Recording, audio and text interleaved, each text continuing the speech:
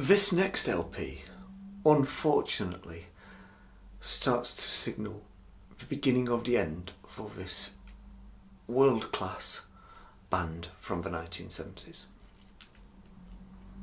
So we're still in the 1970s, obviously, and we're talking Animals from Pink Floyd from 1977. Show you the gatefold where it opens out.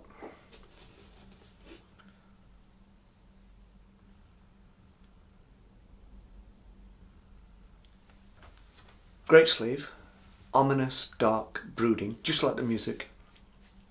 The reason I say it starts to signify the beginning of the end for Pink Floyd is because it's during these recording sessions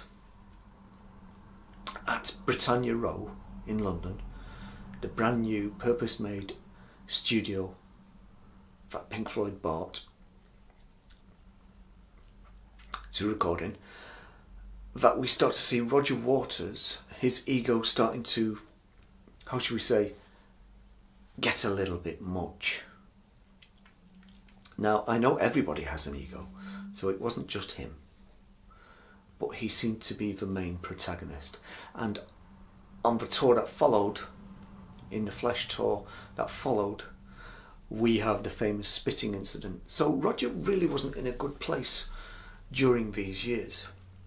But it doesn't show on this record, because to me this record is, whilst it is heavy lyrically and musically in a way, it's a cathartic experience.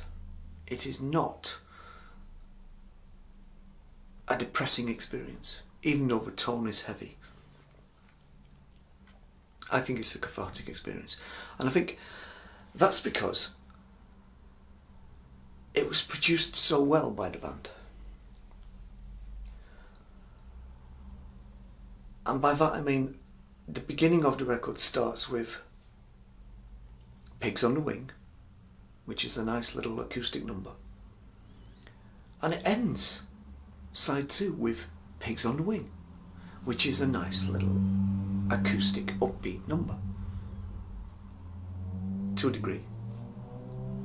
Now I think without that decision being made, maybe then the tone and overall feel of this experience would have been different, and it may have left the listener feeling a little bit down in the dumps.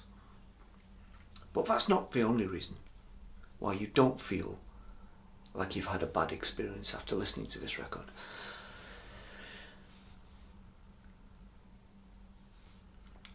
I think because it's so good, because it's so well written and so well played, that you can't help but like it, because it's so clever, and people like clever music, as long as it's not too clever. And this isn't too clever. It's not what some people might call smart music. It's not too smart, but it is clever, and I like that. So it's the 10th record from the band, and of course we have Roger Waters, the main protagonist, as he is appearing to become at this stage, Dave Gilmour, Nick Mason, and to a lesser degree Rick Wright. And the reason I say that is because he felt that a lot of his contributions were being stripped back, and he simply wasn't being utilised in the way that he had been previously. But his contributions on this record are so good that they really give it that extra thing that it really does need. I mean, I can't imagine this record without keyboards on it. It would be, I think it might be a little bit harsh, to say the least, and hard to listen to, which for some is no bad thing. But I love the keyboards on this record. Rick Wright, again, as I said previously, Rick Wright again on this is absolutely sensational, even if he did feel slightly underutilised. So it is a prog album. It's a concept album, very loosely based on George Orwell's Animal Farm. The three animals featured here are pigs, dogs and sheep, and all kind of representing a different strand of social class in England at the time. So it's quite a topical record. Does it still hold up today? It does appear a little bit dated because things have changed, but things haven't changed that much. Britain is still a class-drenched society. It's just never spoken of. It is still a very, very class-ridden society in Britain. I know, I live here. I can tell you that's true. Okay, so the songs we have on here, as I said, Pigs on the Wing. This is side one, obviously.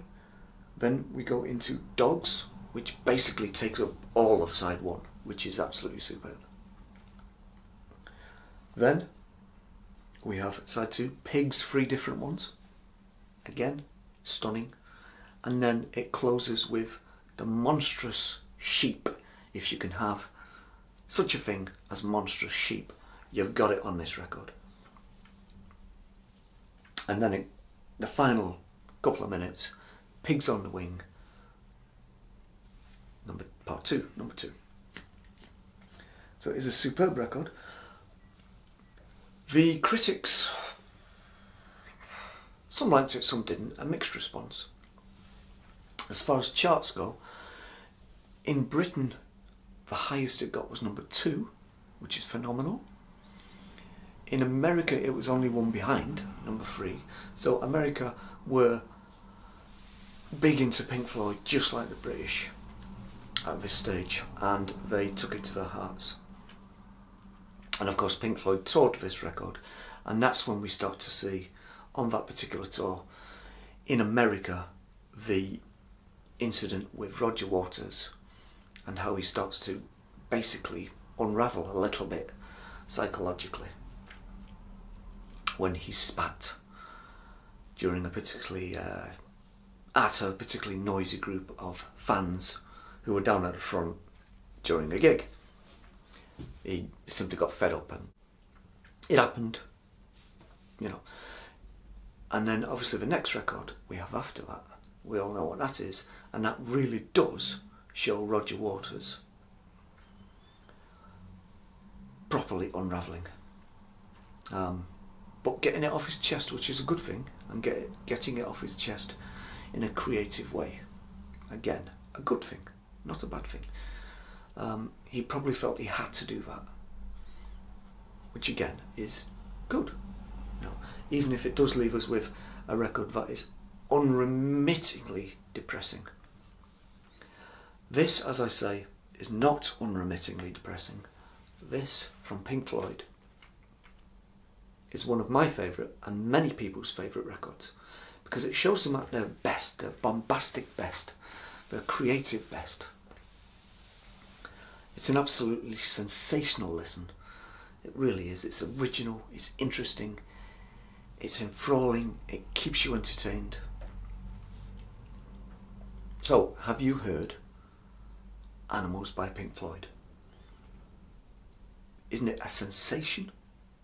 It's a little bit dated, I think you'll find, but only a little bit, because as I said, the class system still rules in this country, as we've seen recently in recent years, in many different ways. So, Pink Floyd made their best album, as far as I'm concerned, in 1977, and it sold by the bucket load, and deserved to too. Don't be put off by the ominous nature of the cover and the music upon first listen. I think you will find that it's a truly cathartic experience. So you'll feel good, not bad. So that's Pink Floyd, Animals, from 1977.